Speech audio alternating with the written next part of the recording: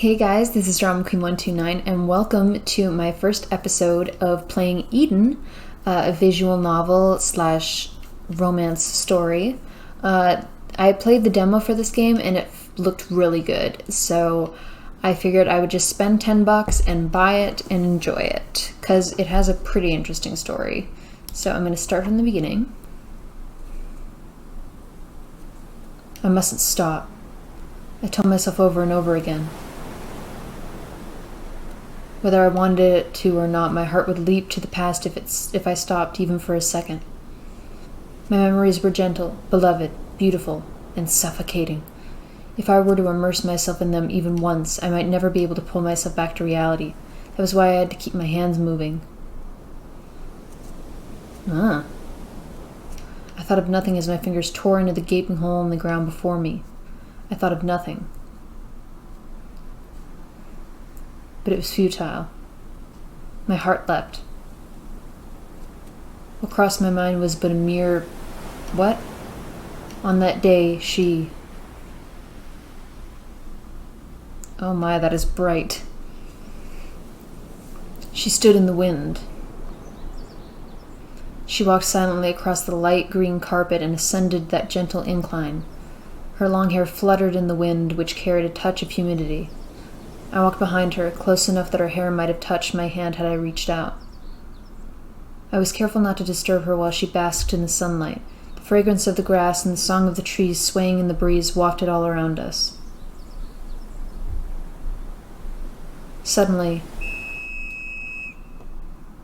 a clear, high-pitched sound like a whistle echoed nearby. Ah! Sion halted and looked up at the sky. Her name is actually Xion.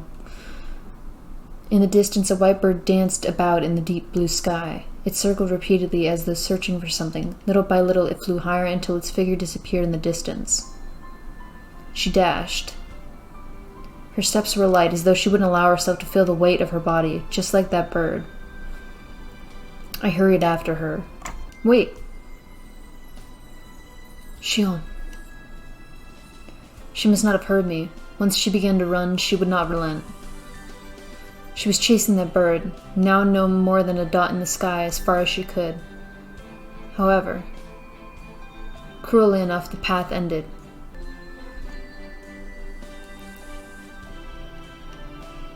It's a beautiful landscape. She stood exhausted at the peak of the hill. The sight of a hazy mountain ridge with a lake stretching below it shimmered in the distance. It flew away. The bird was nowhere to be seen. Xion was panting, but continued to gaze at the sky. That bird! I wonder where that bird is headed. Who knows? I shook my head gently.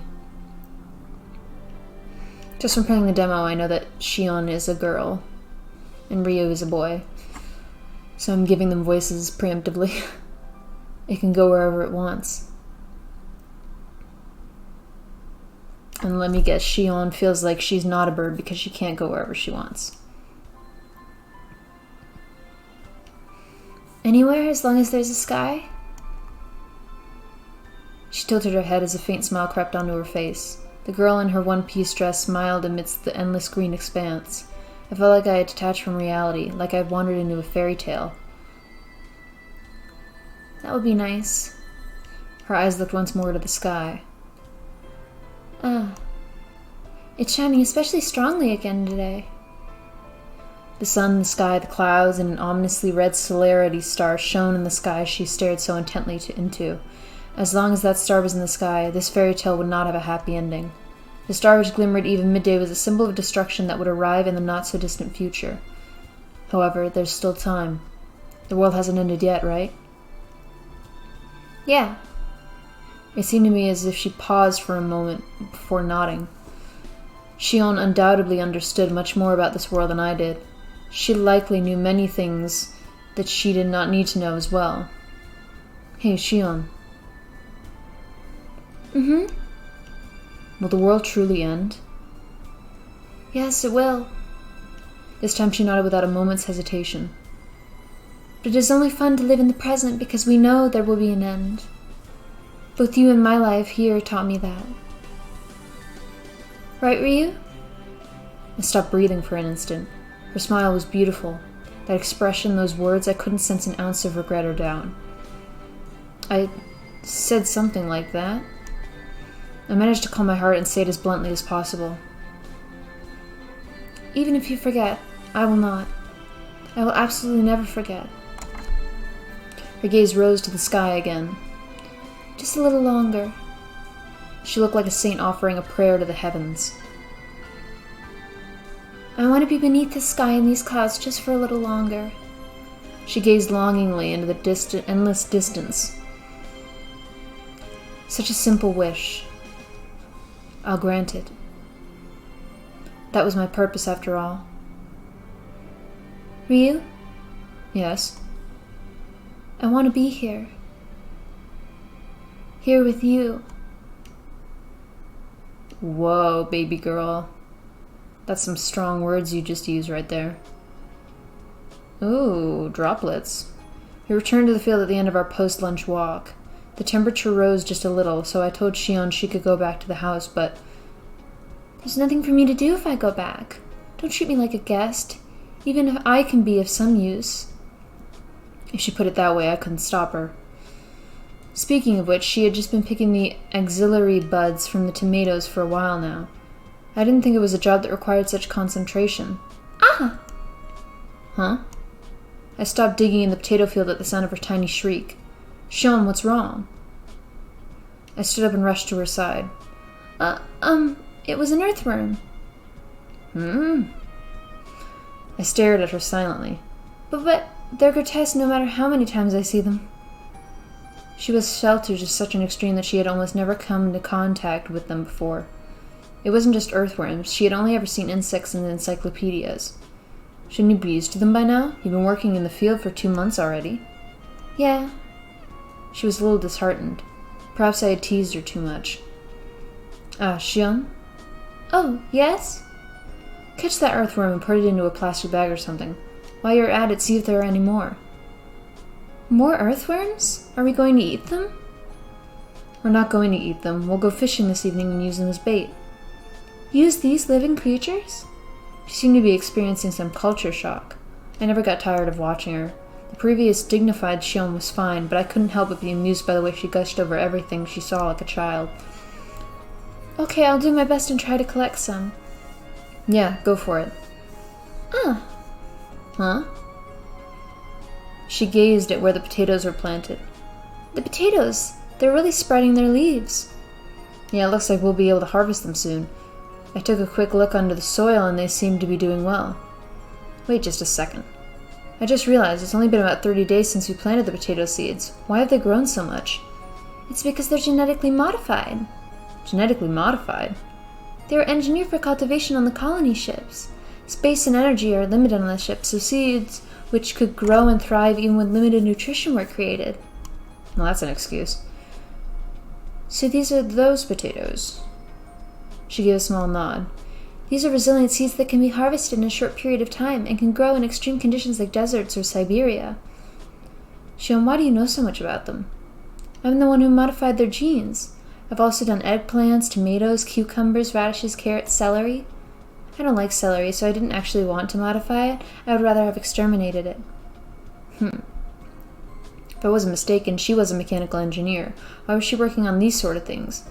I thought she'd be virtually helpless when it came to fieldwork and agriculture, but clearly I was mistaken. I tried to collect some earthworms, but... She peered into my eyes. But? It's not very amusing to just collect bait, so teach me how to fish. Oh, sure. Thanks, Ryu. I keep thinking of Ryuk, the Shinigami from Death Note. That's a good show. Evening came when we returned to our cottage. Of course, we had to eat after all that manual labor, but there was something else we had to do first. Have sex? I'm kidding. We left today's harvest in the kitchen, and I went into the living room with Shion. All right, Shion, let's start. Yes. She nodded obediently and took her seat. I examined the lining of her eyes and the hue of the inside of her mouth and confirmed nothing was particularly out of the ordinary. I took her pulse and blood pressure and then her temperature, and nothing seemed peculiar either. Do you feel strange at all? You asked me that this morning. This morning was this morning, now is now, so... I'm fine. I would tell you if anything were wrong. I wouldn't hide it. You seem like you're pushing yourself. I can't be too careful. I didn't intend to cover anything up either. How regrettable. In that case, would you like to do a complete physical? You might want to use the stethoscope as well.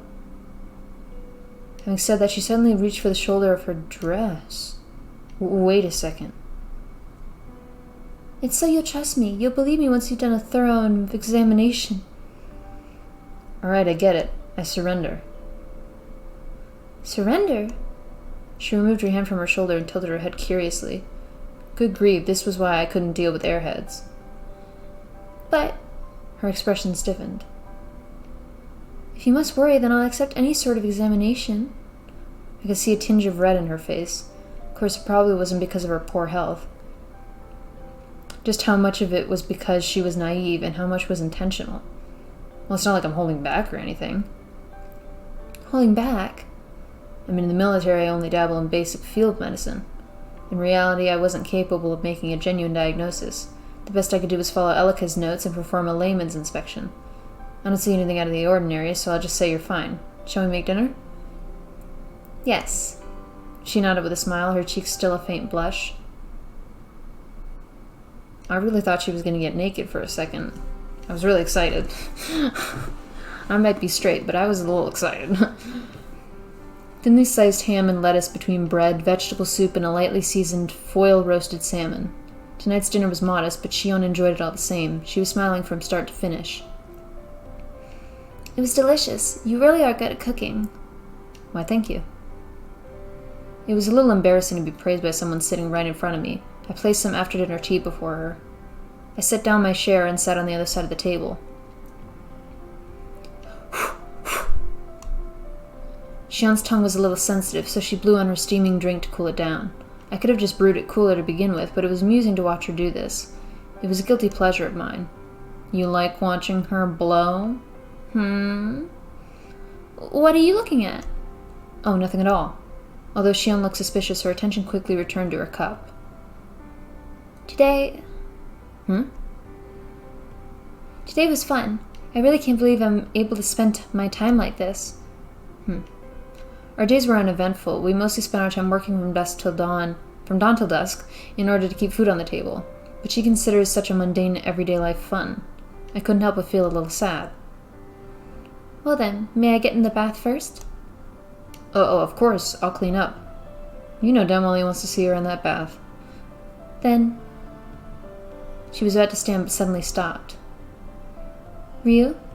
What's wrong?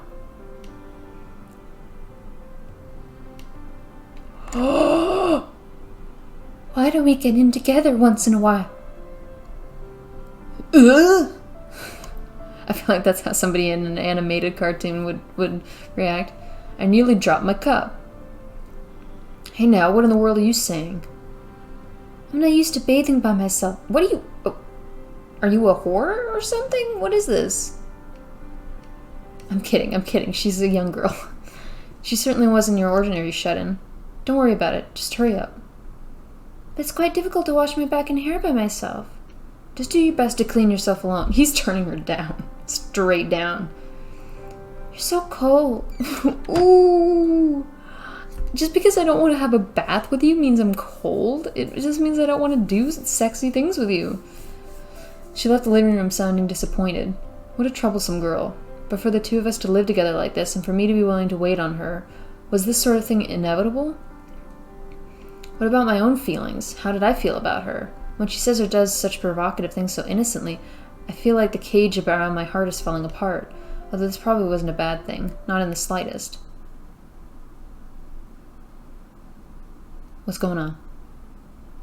From the sound of her breathing, I was certain she had fallen asleep. I stood from the chair beside her bed and dimmed the lights. I considered leaving the room, but decided to return to my seat instead.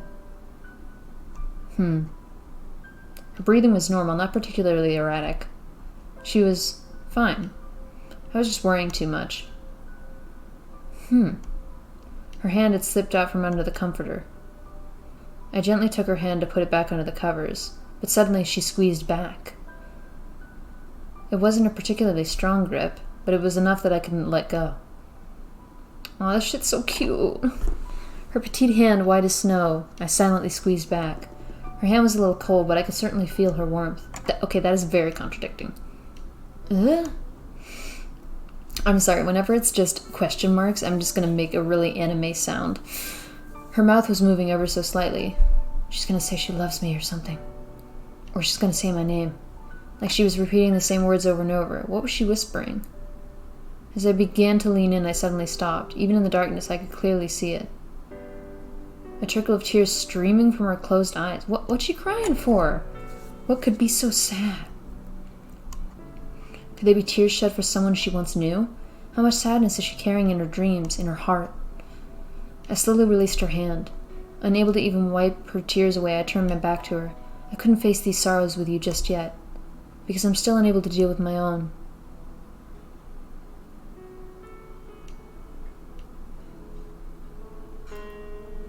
I still remember the soft sensation of her hand from that time. There was no way I could forget. I was incapable of forgetting all of the time I spent with her. They're tainted. Oh God, did he murder someone? I stared closely at my hands. They were covered in mud. The skin was cracking underneath and spots of blood were oozing out of the surface. I would have been fined had I worn some work gloves, but I never once considered it. No, I knew I would be digging such a big hole, so using a shovel would have been the obvious choice. What am I doing? What in the world was I doing? I felt like I'd been asking myself that my entire life, except for the time I spent with her. The cold wind felt wonderful on my raw, stinging hands. Why would it? Shall I return to the past once more? I'll remember everything, from the beginning to end, so that I can move these hands again. Did I make any mistakes leading up to this day, to this very spot? Was there nothing I could have said? Was there anything I should not have said? What was it that I did for you? Let me remember, one thing at a time. Okay, this is just an excuse to start the story at the beginning, but he could just be like, I killed a bitch, or something, you know? I slowly closed my eyes.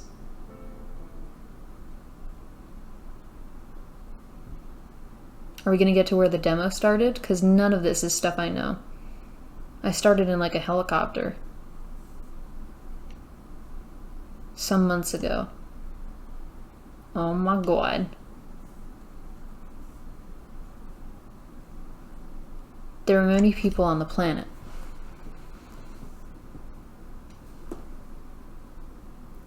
I guarantee it's an easy assignment. Oh yeah, this is where the demo started.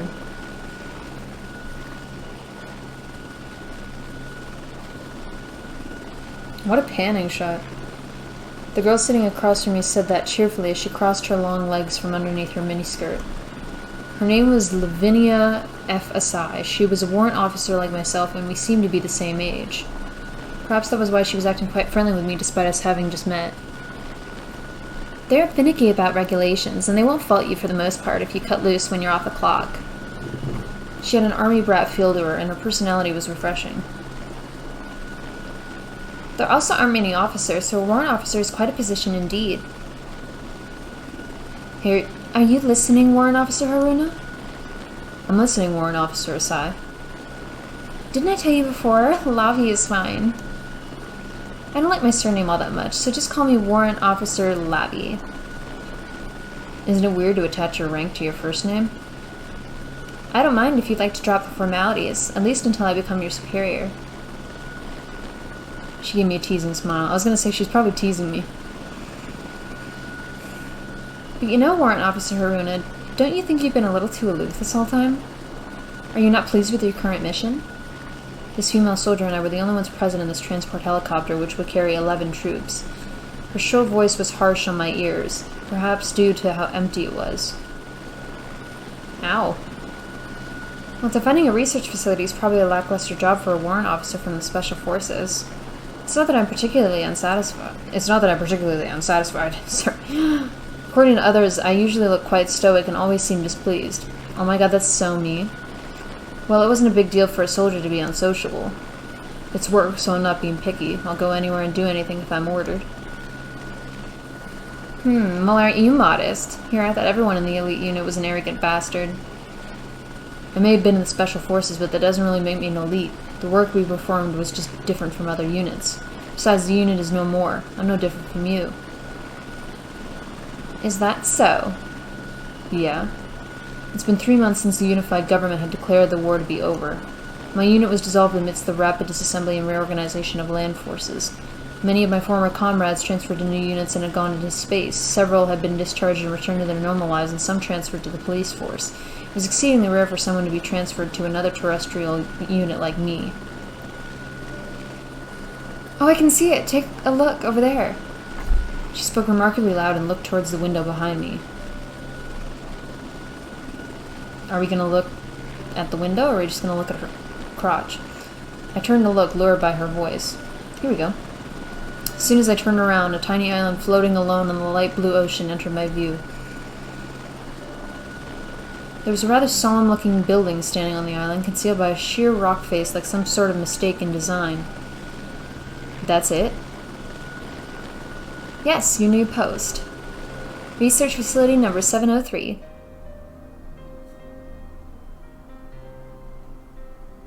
This is getting good already. They were only 2 on the planet. I think someone mistranslated that title. I've seen that over and over, and it doesn't make any more sense to me. As we nonchalantly passed through the splendid doors to the building, I halted and set down my bag beside me. I heard it was assigned to a research facility's defense unit. Yes, like I said, this is your new post. Research Facility number 703. She repeated those words I told her only a moment ago. Not really a moment ago, you guys were in the helicopter. It's like the Resident Evil mansion. I'm getting spooks.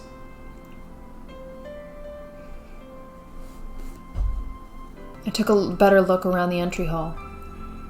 Well, this is certainly something. I bet it isn't quite how you pictured a research facility. Normally when I think research facility, I think drab concrete exterior with nothing but off-white linoleum corridors inside as far as the eye can see.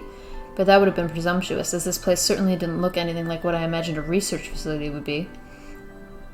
Well, you'll understand sooner or later. For now, I'll take you to our commanding officer. Ah, Lavi! I don't know who I'm doing. Miss Elika? Okay, I need to figure out a voice for her. Give me a sec. What's wrong? You sound a bit frantic. Oh, that's cute. I like that voice. That is because Mr. Callius and Mr. Matsunaga are having a scuffle in the salon. Oh? Oh? What's wrong with that? Sergeant Callius and Corporal Matsunaga are both young. There are times when the adolescent blood just boils. But many people got injured trying to intervene. It'll make for some good training. Anyone who can't stop a fight must be getting rusty. But there's more? It appeared to be a duel for your ownership. Ownership? Furthermore, the winner will receive an exclusive ticket to force themselves upon you. Who issued those tickets and where? So should we go or leave them alone? Oh, she's already gone. How quick. Warrant Officer Lavi disappeared like the wind before this Elika girl could finish talking. How troubling, but Lavi is such a beauty that it really is inevitable. Say, don't you think so? I won't deny Warrant Officer Lavi has a reasonably good appearance, but... Oh? She tilted her head slightly. By the way, who might you be? I was assigned to this post starting today. Ah, I heard. They said a cunning young man with dreadful eyes was coming. Huh? Setting my eyes aside, what shall I do now that I've lost my guide? What shall you do indeed? I actually have a question as well. May I? Sure, what is it? Just, who are you? I would be a maid. Is there a noble living here or something? Impossible. There is no way there would be any nobles around now that people are immigrating to space. If there were, they would be stuffed and placed in a museum. A girl who called herself a maid chuckled cheerfully. If speaking in terms of rarity, wouldn't a maid follow suit as well? In other words, you mean to have me mounted and stuffed? Let's move away from that subject. I couldn't help but feel this would-be maid was off in the head somehow. This is a government institution, even if only for a time. There's no way they would place a maid at such an essential complex. You can't just suddenly appear and deny my existence. My head is starting to hurt. Even as she looked at me with those troubled eyes, I was just as baffled as she was. Maybe I should explain what I do here? No, it's fine. That would just make my headache worse. Anyway, I would like to go see the person in charge here. Could you tell me the way? Ah, you mean Major Inaba. In that case, why don't I show you the way? Lavi probably won't return until she has beaten Mr. Callius and Mr. Natsunaga half to death anyway. Half to death indeed. This sounds like a dangerous place. Lavi is the only dangerous one. There's nothing to be on your guard. There's no need to be on your guard. This is a peaceful place. A carefree smile rose to her face. The moment I witnessed her smile dripping with kindness. Oh. You're amazing, Ryu. What in the world was that sensation just now? For an instant it felt like a current had just run through me. I was seeing stars. No, there was something else. I should surely caught a glimpse of something else in that instant. What in the world was it? Oh, it's nothing. Please don't worry about it. I said that as I wiped the sweat from my forehead. If you were feeling unwell, I could get you some medicine. It's really nothing. Please just lead the way. Understood. Then let us be off. Party of one, right this way. I slowly followed behind the maid as she started walking. Earlier it seemed like I had just remembered something important. There was no doubt it was an illusion, but why did I suddenly hallucinate? I shook my head. A building unsuited to be called a research facility and a girl who calls herself a maid. I was probably just a little confused after encountering such a strange situation. You hear that music? After opening the door and stepping in, a lone man appeared before me. The man was seated thoughtfully in his chair and was gazing at me with an uninterested expression. He's got like a Vile computer? Is this thing sponsored? Why are you with Elika, Warrant Officer Haruna? He's getting the surfer dude. The man, Major Inaba, went straight to the point. Regarding that, Lavi suddenly had some urgent business to attend to. Well, urgent business usually is sudden. Oh, I see. Very quick-witted. I did the wrong voice. Oh, I see. Very quick-witted. Oh, golly, it's not that quick. What was with this conversation? I know, right? I can't even get the voices down. And so you brought him here, Elika? Sorry for the trouble. Not at all. This much is but the simplest of tasks. I would do anything that does not leave me at a loss. Or perhaps I should say it was a good excuse to skip out on work. I wasn't sure what to think of her after hearing that. Well then, it is troublesome, but it is about time I get back to work. Yeah, please take care of her. Elika smiled sweetly, bowed to the major, and left the room. When I saw her bow instead of salute, it became clear she wasn't military personnel. Maybe she really was a maid. Oh, look at the little baby face he's got. What do you think of Elika? Pretty easy on the eyes, right? His mouth loosened into a grin. I suppose so. You don't seem very interested. Not very at all, not even a little. Well, it's not an unusual thing in the military, and these days even God won't say you can't love another man. Oh my god, is he saying I'm gay? I didn't mean it that way. In reality, I had some interest in Elika, but I wasn't captivated by her endowed figure. Something felt out of place about her. Not that I had the slightest idea where that feeling came from. Try and pursue your interests when you can. Superior officers who peered into their subordinates' personal lives were the worst. Now then. Major Inaba corrected his posture slightly and cleared his throat. I suppose I should say you did well to make it here, although it seems there has been some sudden inconveniences from our end. I appreciate your words, but aren't your subordinates a little too undisciplined? I'm a superior officer who respects his subordinates' independence. Isn't it bad for the superior not to take responsibility? He shrugged his shoulders and showed a faint smile. The way his actions and expressions gave off a sarcastic feel had not changed at all from the past. What, you know this guy? If I recall. If I recall, you were a first lieutenant 7 years ago. I never thought you'd still be a major. Although I'm out of the academy, I'm not even in my 30s yet. Making it to the rank of major isn't bad at all. No, I thought... What? I thought you were more capable. Not only was there no point, there was not something I should say to someone... That was not something I should say to someone who was, for the time being, my superior. I swallowed my words. You've not changed much from how you were in the past. It's because I haven't gone through any hardships. There's nothing to age me. He let out a rattling laugh. His face looked a little red, but it was unlikely he would drink in the afternoon.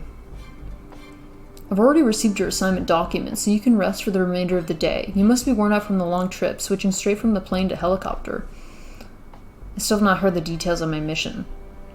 The defense of this research facility, that is all. Understood. Okay then, take these. He rummaged through his desk drawer to took out a thin manila envelope and a single card. This envelope contains assorted documents and a data disk with a rough map of the building. Also, this is your ID. Thanks. Finally, I have some valuable resources for consoling yourself on these lonely nights. Would you like to take them while you're at it? I'm quite alright. How boring. I took the envelope and ID and returned the guest ID I received from Lavi earlier. I'll meet you at 7:30 and explain the details of your assignment then. This all seems rather sketchy. I've not even received a luggage inspection since I entered the building. It seemed far too insecure any way you looked at it. It's not like everyone gets this type of treatment. Then why are you letting me through so easily? That should be obvious. Ryu Haruna, it's because you're special. Was it so obvious? Was he trying to hit on me? Is he gay? I understood from his tone that he didn't intend to say any more. I do have a question for you. Is that okay? Of course, it's not a problem. There's no way I could refuse to speak to a superior. Ryu. His demeanor flipped like a switch, and his eyes stared straight at me. Do you still remember what happened 7 years ago? Actually, to leave it on a cliffhanger so that you will watch more, because this shiz is going to get juicy, I'm actually going to leave it right here because it's going to start explaining a lot of stuff. So I'm going to call this episode 1. And I'm going to leave it there. So please stay tuned. I'm going to upload more of this series. This stuff is going to get really interesting, probably more interesting than Everlasting Summer already. But it's just a different brand, and it's also not free, so it cost me $10, but it was half off. So if you want to get this game, it's $20 on Steam. And stay tuned for the next episode. Thanks, guys.